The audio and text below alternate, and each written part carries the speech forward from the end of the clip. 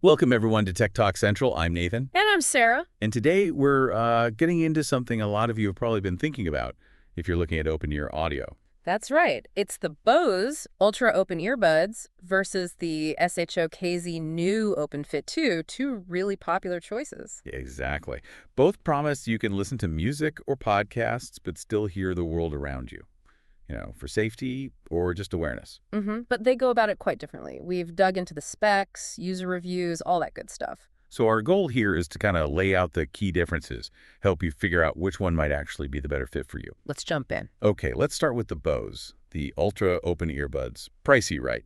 Around $249 new. Yeah, they're definitely positioned as a premium product. And the first thing you'll notice is that design. It's different. Is that clip-on thing, right? Not an ear hook, not an earbud. Exactly. Bose calls it their open audio technology. It basically uses tiny speakers that sit near your ear canal, directing sound in, but leaving your actual ear completely open. Interesting. So how does that feel? Is it comfortable?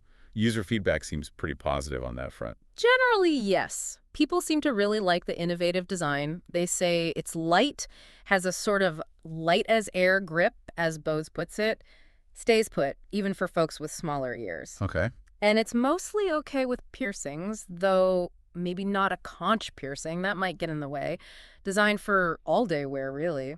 And Bose is also talking up this immersive audio feature. What's the deal with that? Yeah, that's their spatial audio play. It tries to create a wider, more 3D soundstage, make you feel like you're kind of in the music. Like surround sound for your ears? Sort of, yeah. But it's a bit of a battery drain. You definitely trade off some listening time if you use it heavily. Okay, the battery life question, always crucial. What are we looking at with the Bose? So Bose claims up to 7.5 hours of playtime normally. That's pretty decent. It is, but switch on that immersive audio and it drops quite a bit, down to about 4.5 hours. Oof, okay. The case, though, gives you about 2.5 extra charges, so roughly another 19.5 hours total. And standby is pretty good, up to 48 hours. Gotcha. What about things like water resistance? Can you wear them for a workout? They have an IPX4 rating, so splashes, sweat, maybe light rain, that's fine. They're not fully waterproof, but they should handle most workouts. There's also an acoustic mesh to help keep moisture and debris out. Okay. And controls, how do you, skip tracks, answer calls? Simple buttons on the earbuds themselves. Yep. Pretty straightforward for switching modes, music, calls. Physical buttons, some people really prefer that over touch controls. Yeah, definitely. We saw that in some user comments, especially compared to touch controls, which can be tricky sometimes. And they connect via Bluetooth, obviously. Yeah. Anything special there? Multi-point. Yep, they do support multi-point Bluetooth, so you can seamlessly switch between, say, your phone and your laptop. That's handy. And there's a Bose app for updates and accessing features. Plus, something called Simple Sync, if you have Bose soundbars, lets you connect for private TV listening. Okay, so that's the Bose package. Now let's pivot to the SHOKZ new OpenFit 2.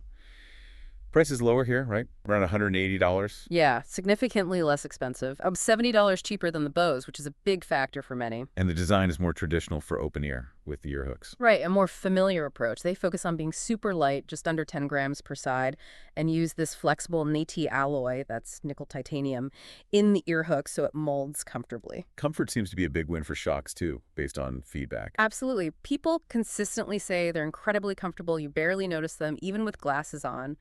All-day wear seems totally doable. And they also promise good sound while keeping your ears open. How do they achieve that? SHOKZ uses what they call direct pitch 2.0 technology to aim the sound accurately, minimizing sound leakage. And they really emphasize their sound quality with dual boost drivers and something called Open Bass 2.0. Open bass. So they're specifically targeting better low end. That's often a weakness in open ear designs. Exactly. And users seem to agree it works. Lots of praise for the sound clear mids and highs, good volume, and surprisingly rich bass for this type of headphone. Some reviews mention they can get really loud, too. That's impressive for open ear. What about battery life on the SHOKZ? This is another area where SHOKZ seems to pull ahead. They claim up to 11 hours on a single charge. 11 hours. Wow. Yeah, that's a big number. Real-world use seems to land maybe closer to 6-8 hours for many, but that's still really solid and beats the Bose standard time. Right. And the case adds a lot more total playtime, up to 48 hours. Plus, they have fast charging. 10 minutes gets you 2 hours of listening. That's a significant advantage. Water resistance. A bit better than Bose, actually. IP55. So still not fully waterproof, but better protected against dust and sustained water jets like heavy sweat or rain. Definitely solid for workouts. And controls on the SHOKZ, you mentioned physical buttons are popular. SHOKZ uses multifunction physical buttons too. You can control volume, tracks, calls, and even switch between two paired devices directly from the buds. Ah, so they have multi-point as well. Yes, seamless switching.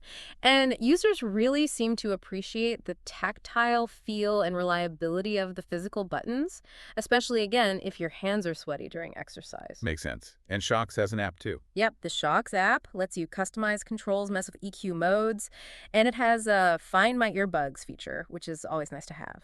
Okay, so we've got the rundown on both. Let's crystallize the key differences if someone's weighing them up. Price is obviously number one. Definitely. SHOKZ is the clear, budget-friendlier option. Then design philosophy. Bose unique clip-on versus SHOKZ's secure ear hook. Both seem comfortable, but it's a different feel. Right. Fit might be very personal there. Battery life is a big win for SHOKZ, both per charge and potentially total with the case. Controls both use physical buttons, which seems to be a plus for many users compared to touch. Yep. Reliability there. Sound quality. Mm. This is maybe where it gets nuanced. It is. SHOKZ gets really consistent praise, especially for that bass performance with Open Bass 2.0 Bose. Well, it's more mixed. Some find it good, like that immersive audio option, but others mention it can sound a bit muffled and obviously no noise cancellation. Which you wouldn't expect from open ear anyway, but worth noting. Exactly. And connectivity both have multi-point. Bose apparently had some early Bluetooth hiccups, especially with the left earbud, though updates reportedly fixed some of that. SHOKZ seems pretty solid. Call quality is another factor. Any strong opinions there? SHOKZ highlights their dual noise-canceling mics. User feedback suggests they're pretty good for calls. Bose call quality reportedly improved with updates, but maybe still not best in class compared to dedicated headsets. Oh, and one odd thing some Bose users noted was a weird sand-moving sound with head movements. Might be an isolated issue, but it popped up. Interesting quirk. Okay, so bringing it all together, who is each one for? Well, I think if you really love that innovative Bose design, that clip-on look, and you're intrigued by the immersive audio feature, and maybe the price isn't your biggest hurdle, the Bose could be for you. Right, maybe for someone prioritizing that unique style and the Bose sound signature, even with the battery trade-off for spatial audio.